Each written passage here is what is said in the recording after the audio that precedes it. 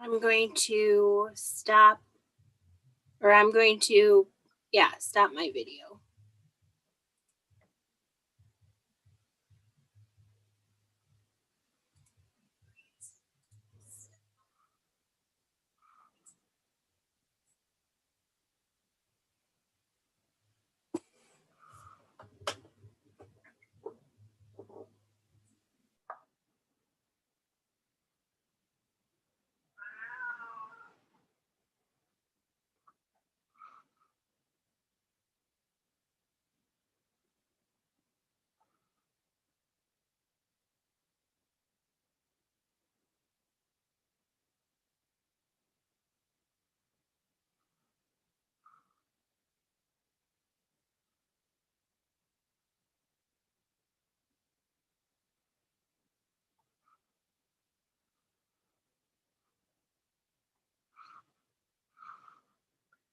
Are we letting folks in? Is anybody waiting?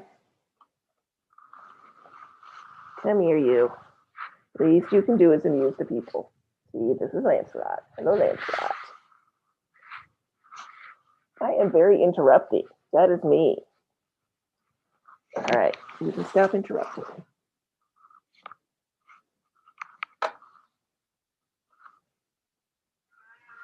Yeah, you gonna interrupt some more? Come on.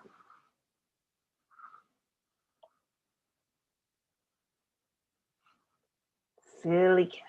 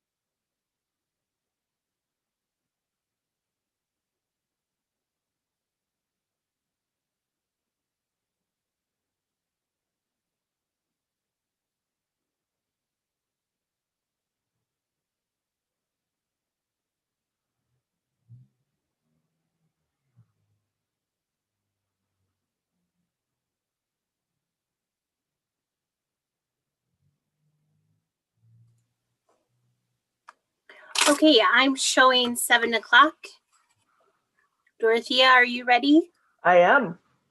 Okay, so I have a short bio on you that I'm going to read, and then I'm going to turn it over. Sounds good.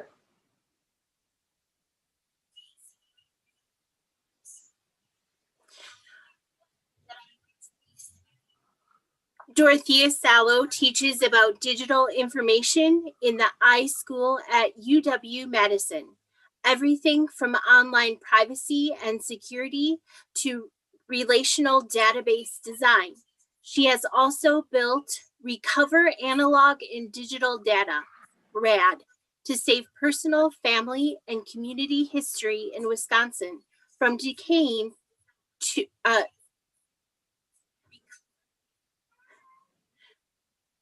sorry about that. from decaying 20th century media such as VHS tapes and floppy disks. Her professional interests include copyright, scholarly communication, and digital preservation. Please welcome Dorothea Salo. Thank you, Leslie, and thank you, Stacy, who made all the arrangements for this. I'm really so glad that you could join me today, and the very happiest of holidays to everyone. We all deserve some happy after the year that this has been. So I am going to share my screen, and then we will get this show on the road. All right. I have to move windows a little bit. All right. Hopefully you're now seeing my screen. And let me, all right, go back.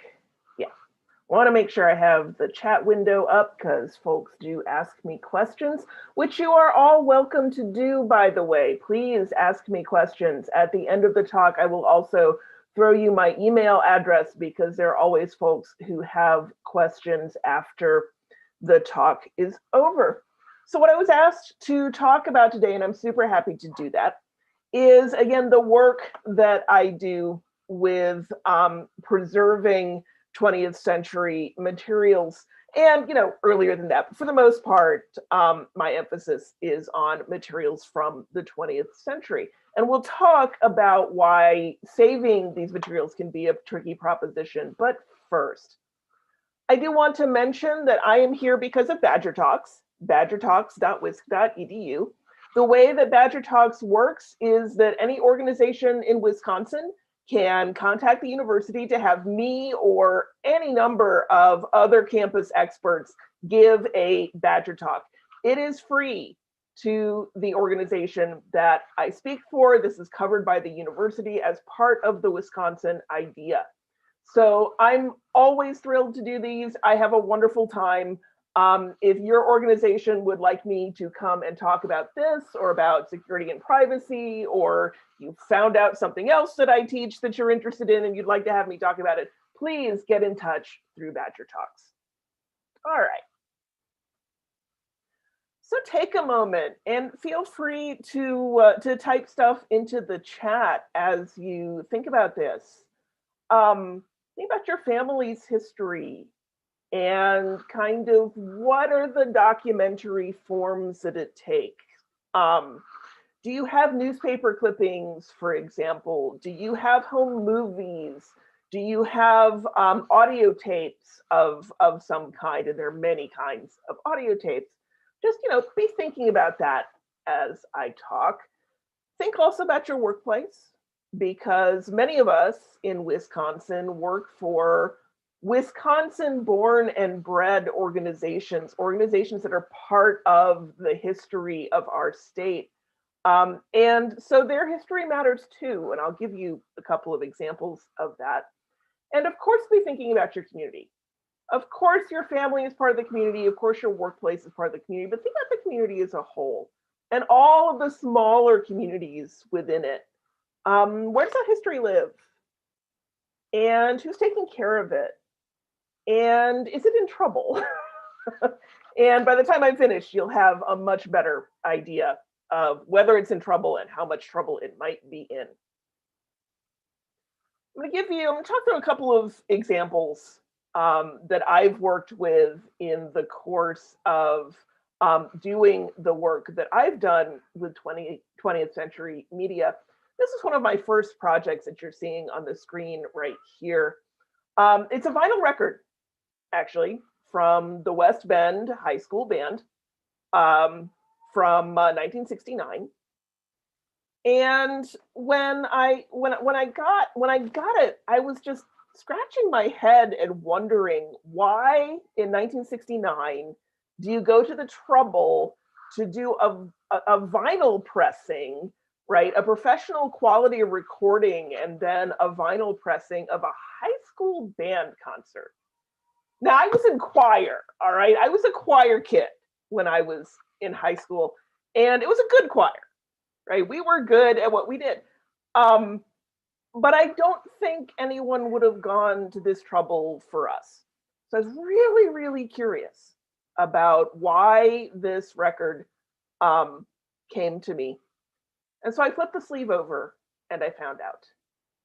Turns out there was a young man who was in the band the previous year, first trumpet, I believe, and he graduated.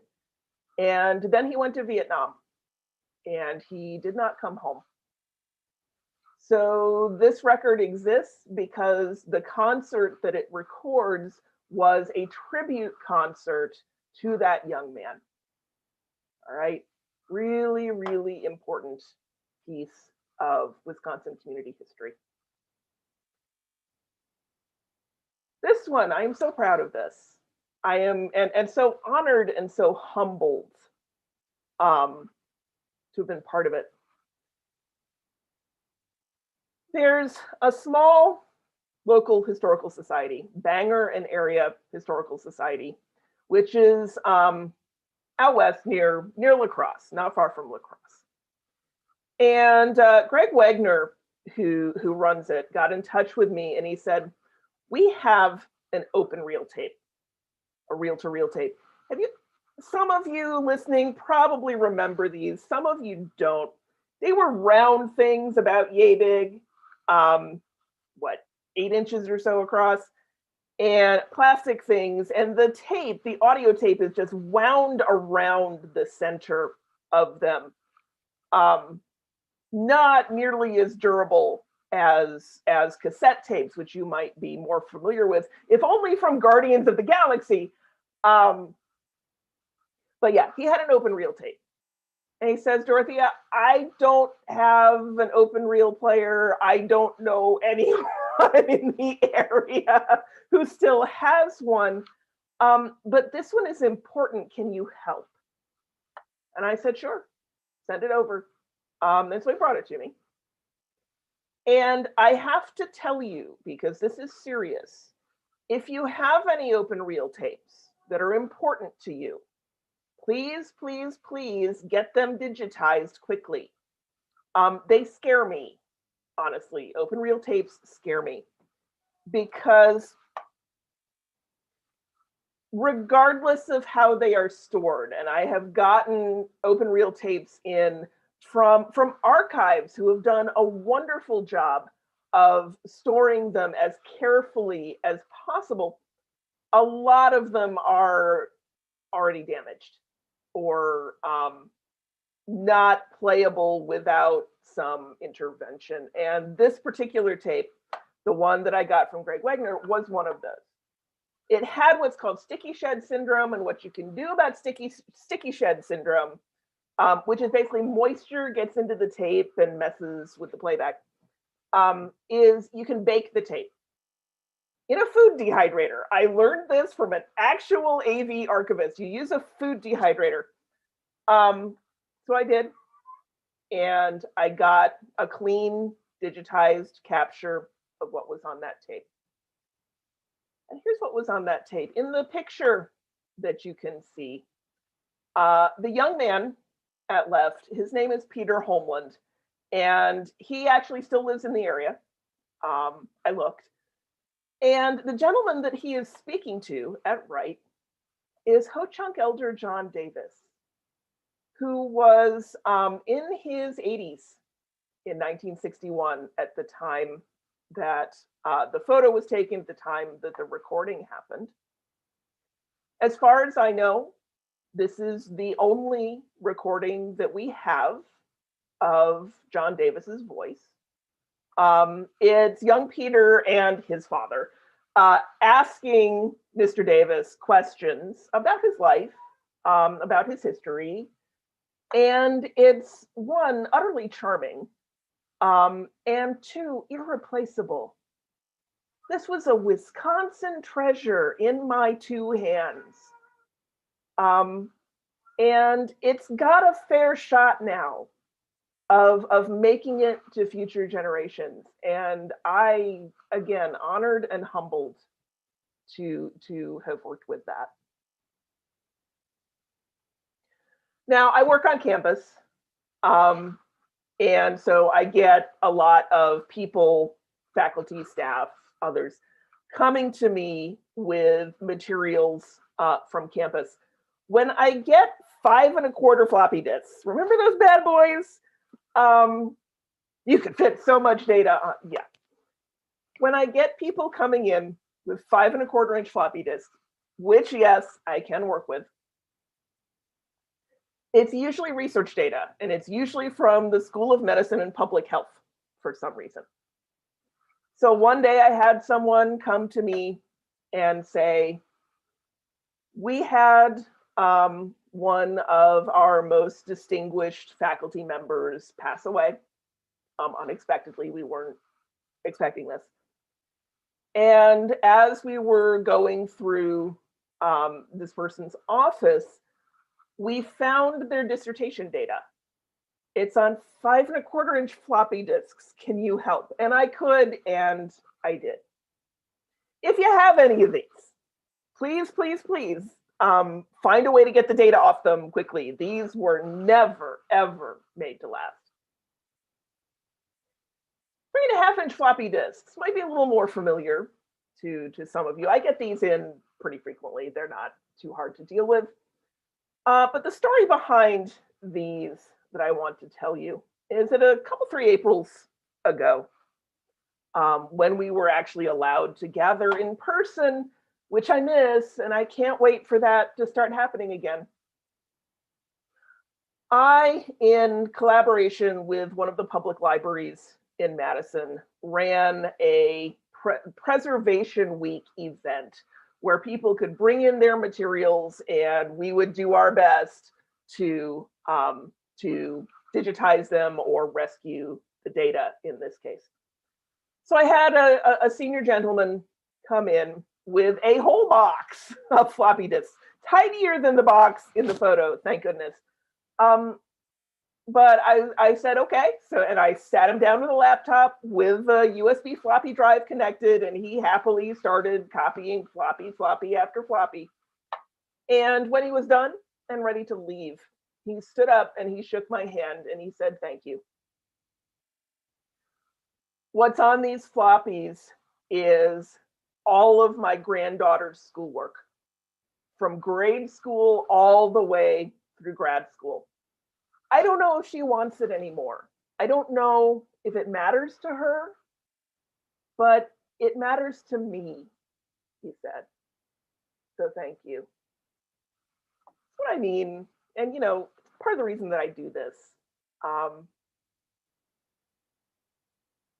many of the things that we have ourselves and in our families and in our communities carry such weight of memory with them. And it's always a privilege and a pleasure to make those memories a little more real. 8-track tapes. All right. So when you tell people that you rescue data from obsolete formats, the first question they ask you, always, is, can you do 8-track tapes?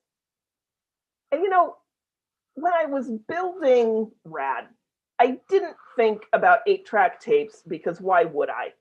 If you're not familiar with 8-track tapes, this was basically the first kind of music, the first music carrier that you could reasonably play in a car.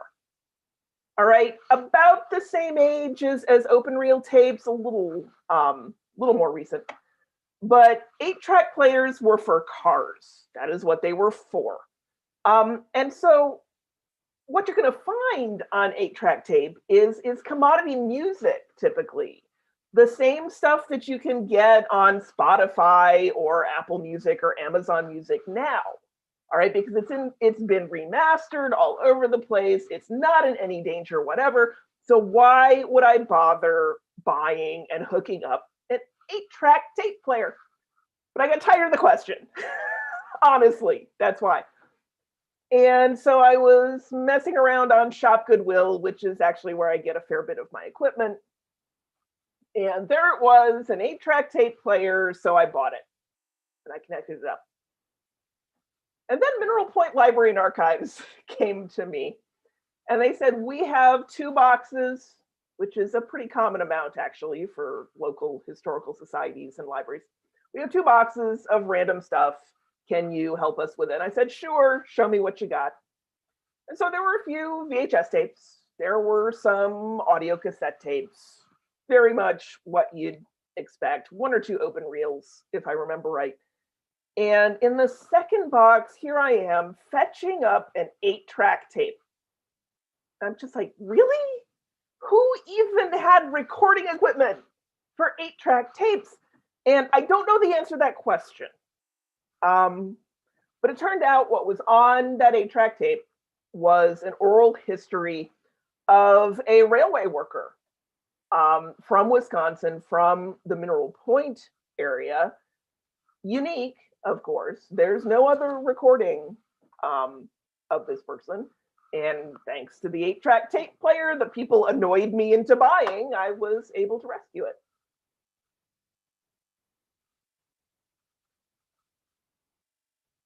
It pays to think a little bit, I think, about the ways that we have held, recorded, kept our history before.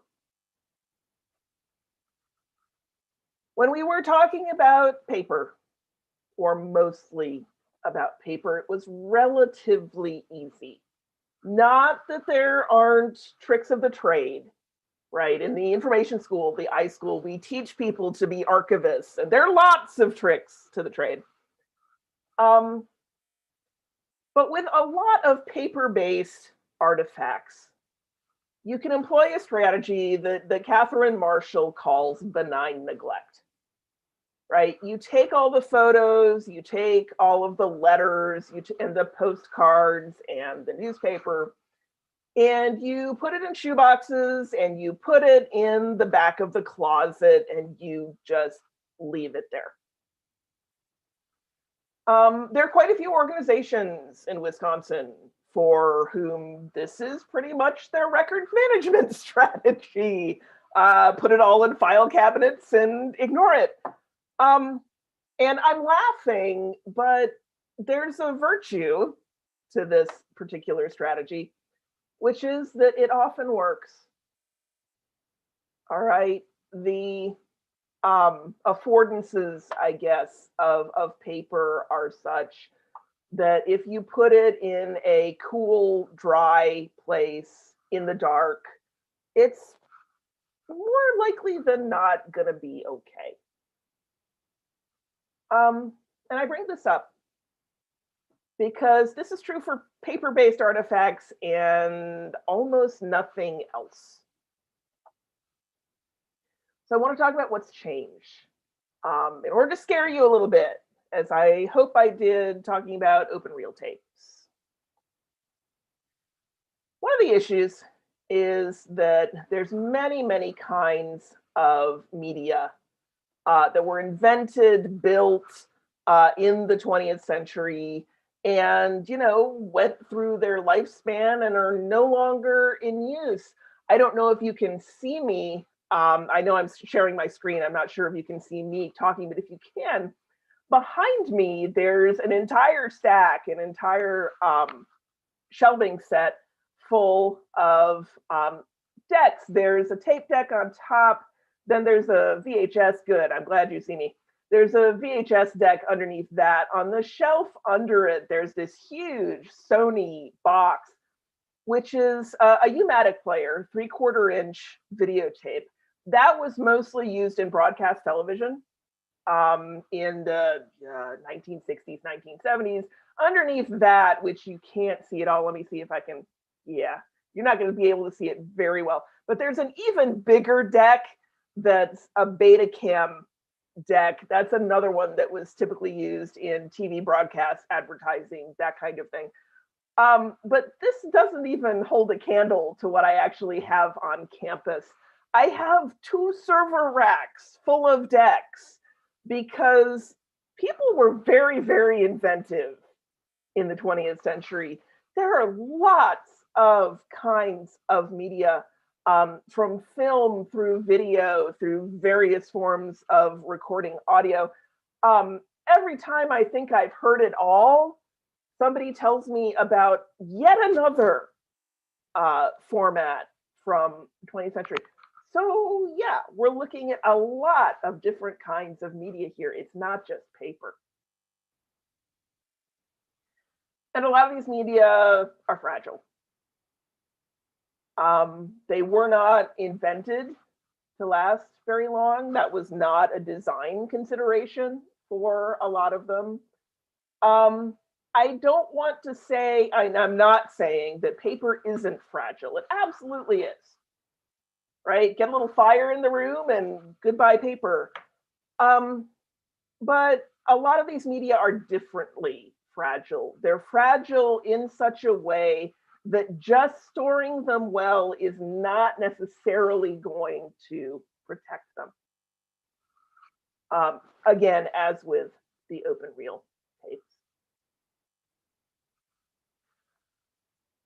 Any media that are magnetic, so basically practically any tapes, from open reel audio to cassette tapes to micro cassette tapes, answering machine tapes, you may remember those. VHS videotapes, the chemical engineers say we got about 15 years left on those, 15 years before they degrade to the point that, you know, they start looking bad and we may not be able to get information off them at all. That's not a whole lot of time. And there's a lot of unique VHS out there. So if you have magnetic media of any kind that holds your history, your family's history, your community's history, please start thinking about getting that digitized, because it may not last much longer. One of the chief virtues of paper is that for most of us, we can perceive it unmediated. All we need is a light source and we're good. That's not the case with audio, video, and digital media. You can't just look at a U-Matic videotape. It's not like film. And see what was recorded on it. If you don't have the equipment, you can't play it back. And equipment is, for most of the stuff, not being made anymore. And it can be hard to find. I have gone on some pretty epic equipment hunts. And when you do find it, it's not necessarily in good repair. I will mention, by the way, that I take my decks to Modern TV and Video in Madison on Ojana Road, and they have been wonderful. They have not blinked at even the weirdest decks that I have brought them, and they do very good work. So I appreciate them very much, and I'm happy to recommend them. Now, a lot of you may be feeling a little smug right now because a lot of your history is on Facebook or Instagram or TikTok, Twitter, wherever. You may have it backed up to someplace like Google Drive or Dropbox, somewhere in the cloud. Too much on Google Photos. Yeah, I hear that. Oh, and Google just announced that unlimited storage on Google Photos is a thing of the past. You're going to have to start paying up to put stuff there. And that's actually a really good example of a risk that doesn't often get thought about, but really, really should. And that's exposure to other people's business risks. There have been a number of services that have gone out of business over time. If anybody's old enough to, well, I am, but if anybody else is old enough to remember the early days of the World Wide Web and GeoCities. Anybody have a web page on GeoCities? Yeah, GeoCities got bought by Yahoo, and then Yahoo didn't make money off it, so Yahoo shut it down and basically deleted it off their servers. All that early web history wiped out, touch of a few buttons. Now, a bunch of people got together and saved a lot of it, but that's the kind of risk I'm talking about. They may go out of business. They may decide that they want to charge you money that you can't afford to pay to store your stuff. And if you don't pay them the money, they're going to delete it. So be conscious of these business risks. And I'm going to give you later on some ways to hedge against this, because it is definitely a danger. Security risks. As I said, with my other hat on, I do talks about personal privacy and security online, but there are a lot of horror stories from ransomware. I have tucked away in my bookmarks a story of a municipality whose city clerk had carefully digitized their microfilm records for a decade or more.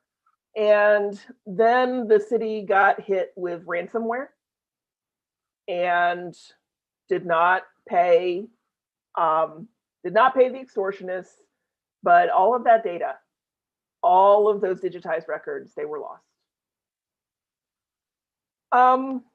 Accounts being hacked, insider threat. There was a professional photographer who put all of his work on Flickr, and that is where he kept it, his entire professional portfolio.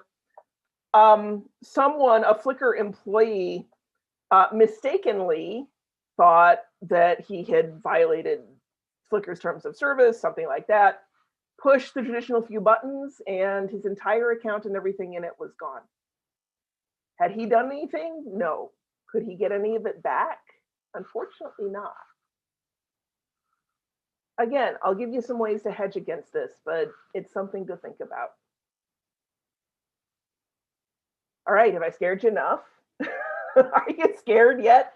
Should we resign ourselves to losing all of this history? I wouldn't be here if I thought that we should just shrug our shoulders and this is the end. We have time now. We have a precious window, those 15 years for VHS. And I do this work because I want as many of us as possible to take advantage of that window. And one more story while I'm at it.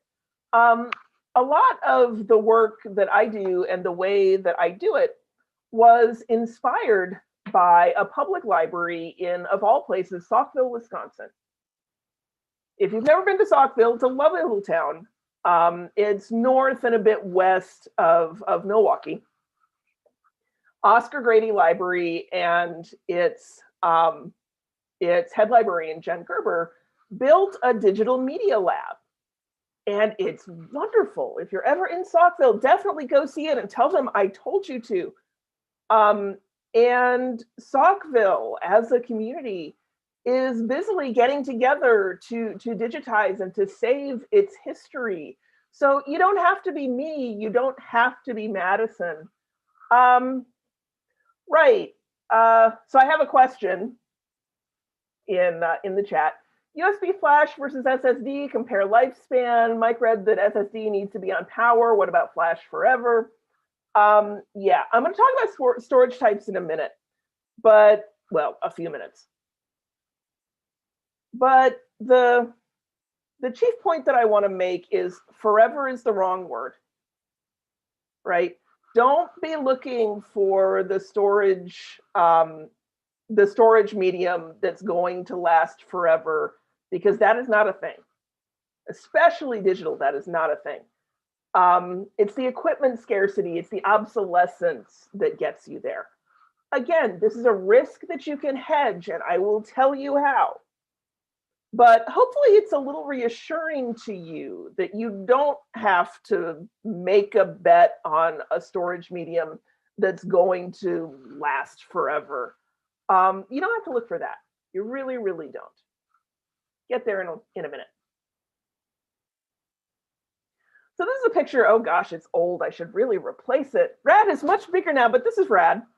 Recover analog and digital data.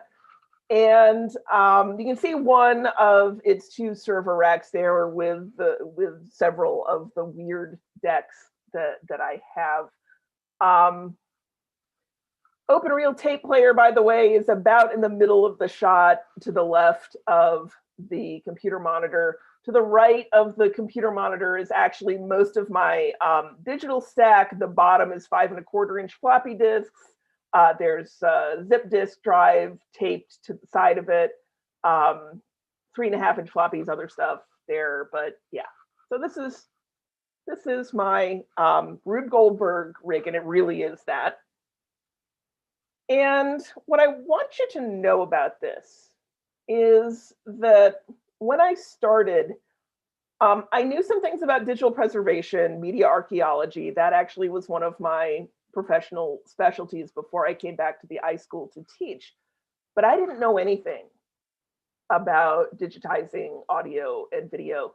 I'm largely self-taught, and I'm using scare quotes because there were a great many tremendously generous people, AV archivists, digital preservationists, who helped me when I got stuck on things, who told me what best practices were, so on and so forth. So if I can do it, a lot of you can too. I truly, truly do believe this. In non-pandemic times, just so everybody knows, this rig is open to the public. If you're willing to do it yourself with what documentation I have, which isn't as much and as good as I wish it were, you can come in and use this free of charge. You are welcome to. That is my give back to the Wisconsin communities who gave me and this project so very, very much. I am grateful. Shortly after, I broke a lot of RAD down and carried it in boxes and bags to the conference center, to Monona Terrace in downtown Madison for the Maker Faire. That was awful. I said to myself, I'm never doing this again. This was just, it was horrendous amount of work. But I was thinking to myself, there's got to be a way to make this easier, right? There's got to be a way to move this stuff. Maybe not everything. That Betacam deck I was talking about, that thing's 50 pounds if it's an ounce. I actually threw out my back getting it to the shop a few weeks ago. But anyway, a lot of this stuff isn't that heavy. It isn't that difficult to hook up. What if I could put it in a kit, right? Pack it in a box, literally, so that I could take it places. And so the Institute of Museum and Library Services said, this sounds like an interesting idea. We will give you money and you can try it. And so I tried it, and I actually have this sitting behind me. Well, no, actually, that's sitting to my right. I built 2 kits. The one you're looking at is Pravda, which, as you may be able to tell from the name, is the audio and video kit. The other kit is Proud, and it is for digital data. And I take them on the road in times when I can actually go on the road. They've gone on airplanes, they've been stuffed under buses, they've gone in car trunks. Nothing's broken, not a thing.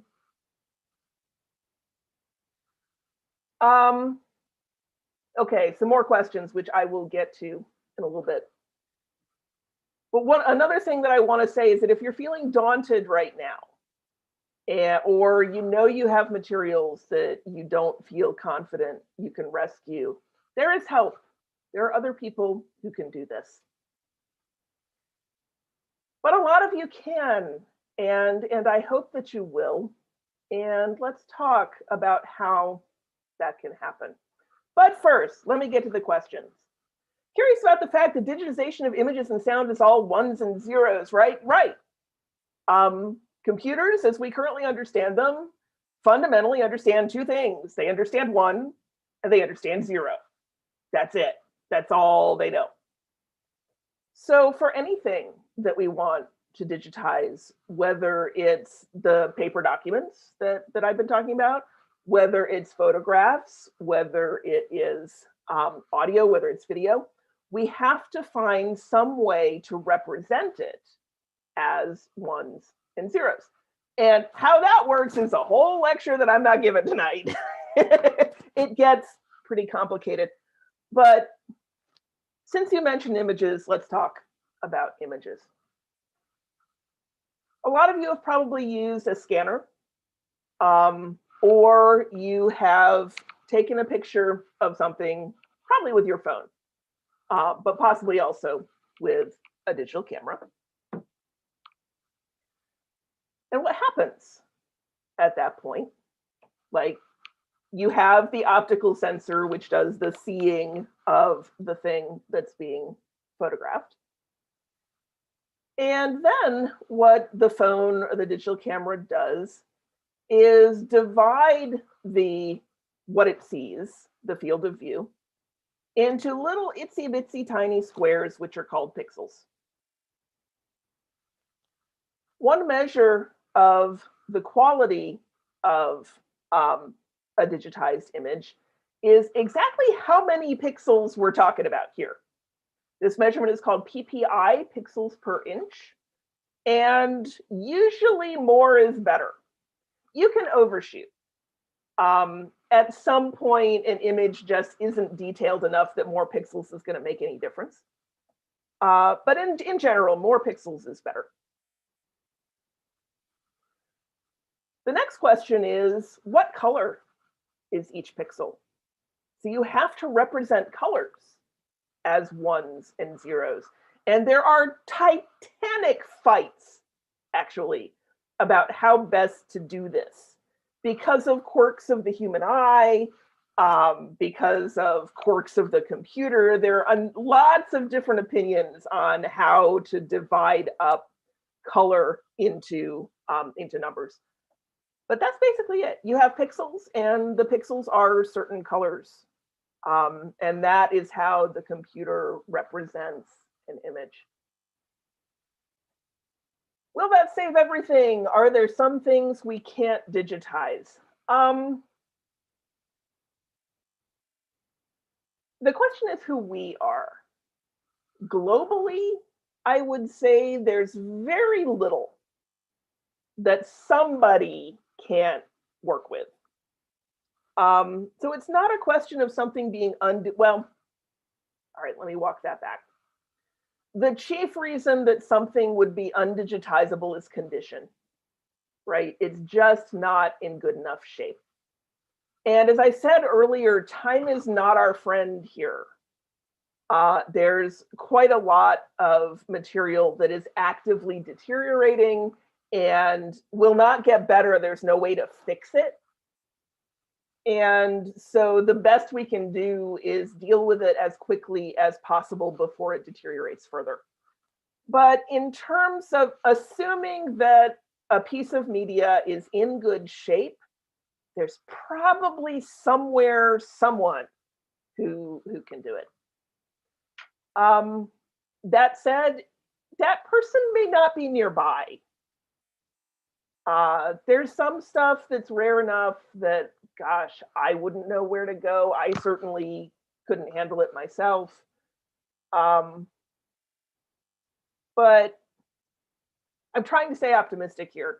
But there is stuff we're going to lose. There's quite a bit of cultural heritage that we are going to lose. And the equipment problem is part of it, but the real problem is money and staff, trained people. That's another reason that I do this work. I train people to do it. But it's money. Money is the problem. Please support your local historical society. If your public library is maintaining community history, please support them in that. It really, really does matter. You mentioned somewhere that we could go to archive or digitize with the equipment already set up. Where is that located? Thank you for asking. Yes, my rig, when it's not in my home, actually lives on the 4th floor of Helen C. White Hall, which, if any of you went to UW-Madison, is the same building as College Library. All right. 600 North Park Street, 53706, if you want to type that into your favorite map application. And yes, when we're open, after this pandemic is over, come into the iSchool library, which is on the 4th floor of Helen C. And the folks in the library can point you to where the rig is. All right, thank you again for asking. So if you wanted to do this, what would you do? Step one for everyone, right? From an individual all the way on up to giant university libraries, right? Are doing this step right now, figuring out what you have. Super, super important. There's a really helpful web page, and the URL to it is up there at the top. But if you type PSAP into a search engine, you probably will find it. This was designed for libraries and archives, but it's actually remarkably understandable and helpful just for plain ordinary folks. Especially if you have something and you're looking at it, you're like, I'm not even sure what this tape is. What kind of thing is this? PSAP is really helpful with that kind of question. You can also actually take a cell phone picture of it and send it to me. Put a ruler in it so I have a rough idea of size. But yeah, I'm happy to identify stuff for people. But PSAP, really good place to start with inventory. Once you know what you have, and again, this is true of individuals and families, it's also true of formal archives, you're going to have some hard decisions to make about stuff that you don't have, that you're not able to keep or don't want to put the effort into keeping. There is a stereotype about archivists, that archivists are hoarders, they keep everything. But no, that's wrong. That's actually wrong. An archivist's chief professional duty is to make these hard decisions, right? Is to say, you know, this pile of stuff, I'm not convinced it's worth the effort to deal with it. So it's going away. There's an easy place to start for us plain ordinary folks, and that's with duplicates. All right, duplicate photos, duplicate slides, duplicate documents, photocopies. You don't need them. All right, keep one and be very careful with it. But that's a good way of weeding, is the professional term for this. Next step, decide if you're going to do it yourself or if you're going to outsource it. If you're interested in doing it yourself, one of the deliverables for the IMLS grant that I mentioned is actually a how-to for building the same kinds of kits that I built. All right.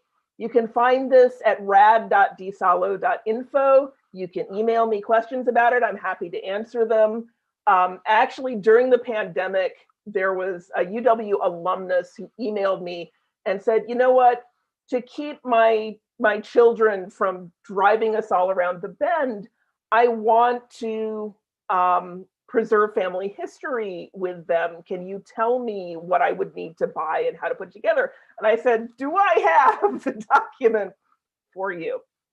So yeah, it's a great thing to do while you're stuck indoors during a pandemic. I do want to mention Holder Printworks, holderprintworks.com, Joel Holder, huge friend of the iSchool. He does a few things that I can't, by the way. I don't do film. All right, if you've got Super 8, 8mm, 16mm film, quite a few people do. I can't handle that. Joel can. So keep an eye on Holder Printworks. He will take good care of you. He is good people. And he's also in Madison. Be careful with what you do, because you don't want the digital equipment equivalent of this falling apart, definitely acidic paper there, old book. do a little research first into archival standards, and I am happy to point you to places where you can get started. Because for a lot of the stuff, you only get one shot at it, so you want to do it right. It's one thing I want you to take with you. Please, please, please do not digitize film or video to DVD if you can avoid it. DVD was a terrible hack. It's a terrible kludge. You can't actually fit much data on a DVD. Blu-ray is better, but DVDs don't hold a lot of data. So there are various mathematical tricks that were used to cram video onto a DVD. And what's important for our purposes is those tricks throw away information, right? They lower the quality of the video. So digitized to MP4, that's okay. Not great, but okay. But please not DVD. Step 4 is to do it. But there's a stinger. All right, you've digitized your precious memories. Now you have to take care of those digital files. All right, you're not done. Probably all of us at this event have lost data. I have lost data and I teach digital preservation, okay? So don't feel bad, it's not just you. My entire undergraduate history is gone due to a very bad decision about what I was going to store it on. But that was a long time ago. So moving on. The last step is to look after what you have. And I teach my students this, I'm teaching you this. What to remember to have in your head is 3, 2, 1. For any digital data that is important to you, you want to have 3 copies of it. You want to have them on at least 2 different kinds of thing. All right, this is colloquially known as the Seagate rule after Seagate, quite a few years ago, put out an incredibly bad batch of hard drives that just basically started failing as soon as people bought them.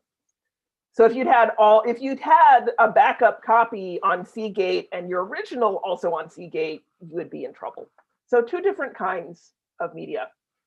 For a lot of people, what this amounts to is you get a hard drive like this one, and you put a copy on that. And you store another copy in Google Drive or Dropbox or whatever.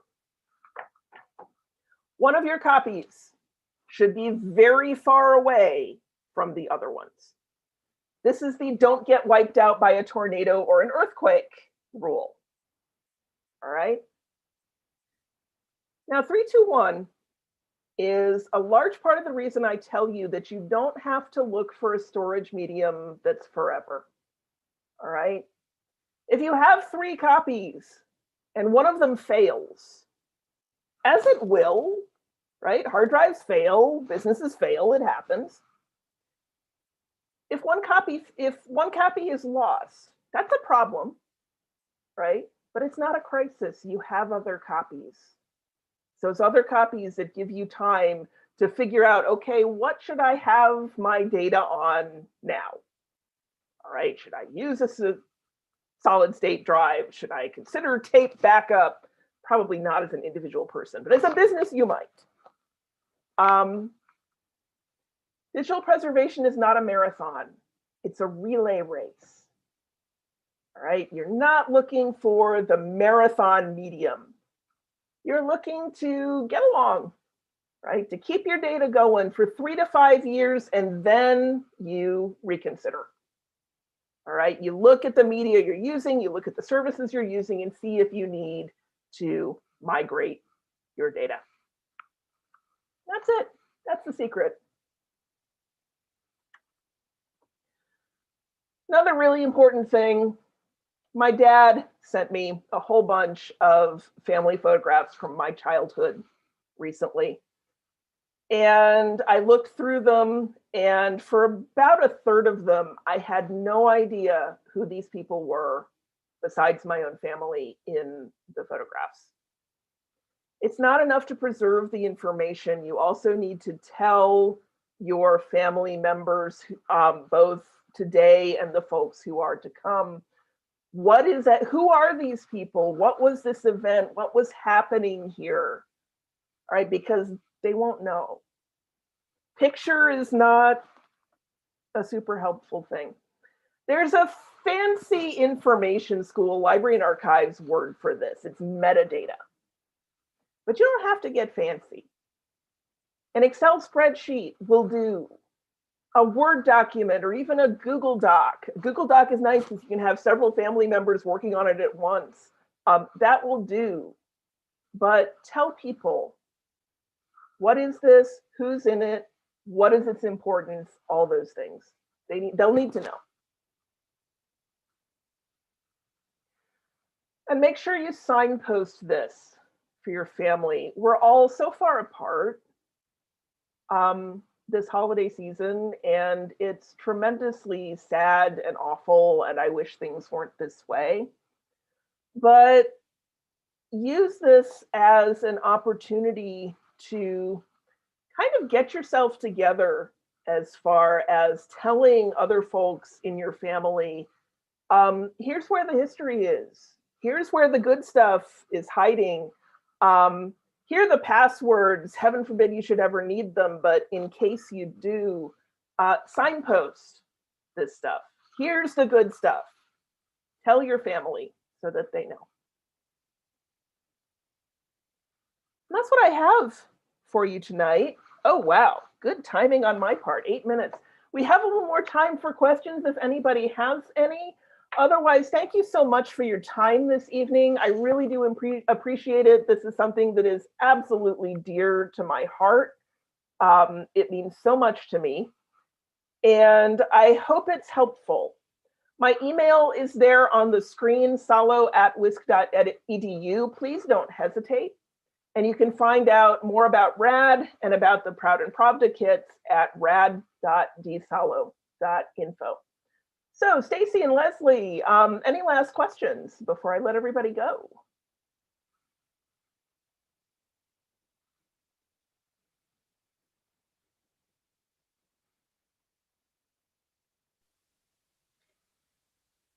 Stacy was monitoring the questions. I don't know that there was anything else that had come in. Okay, fabulous. Then what is my preferred method for storing photos? Yeah, this is where I'm going to send you to a website. Oh, and I need to get my other monitor on, sorry. I've had it off because it's distracting. Here we go. Let me pop up my web browser. All right, where you want to go to find all of the things that you will need to take care of anything documentary, document-like that you have. It is called Gaylord, and I'm going to paste the URL into the chat, but it's actually Gaylord, GAYLORD.com. You can also go to the Library of Congress's website. They have wonderful, wonderful information on analog, is what that's called, preservation and how to do it and what the best practices are. But the most important thing for photos or for documents is having storage materials, boxes, and sheets that you can put between your documents and what have you, that will not chemically react with your photos or your documents, because that's a really bad scene. And Gaylord, it's a wonderful, wonderful place to buy those. Excellent question. Thank you.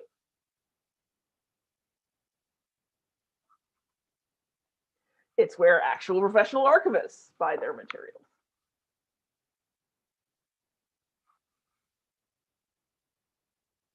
Nothing else in chat now. All right, then I will let you all go with my best wishes for the happiest possible holidays under the circumstances and a wonderful, wonderful new year. Again, thank you so much. Thank you.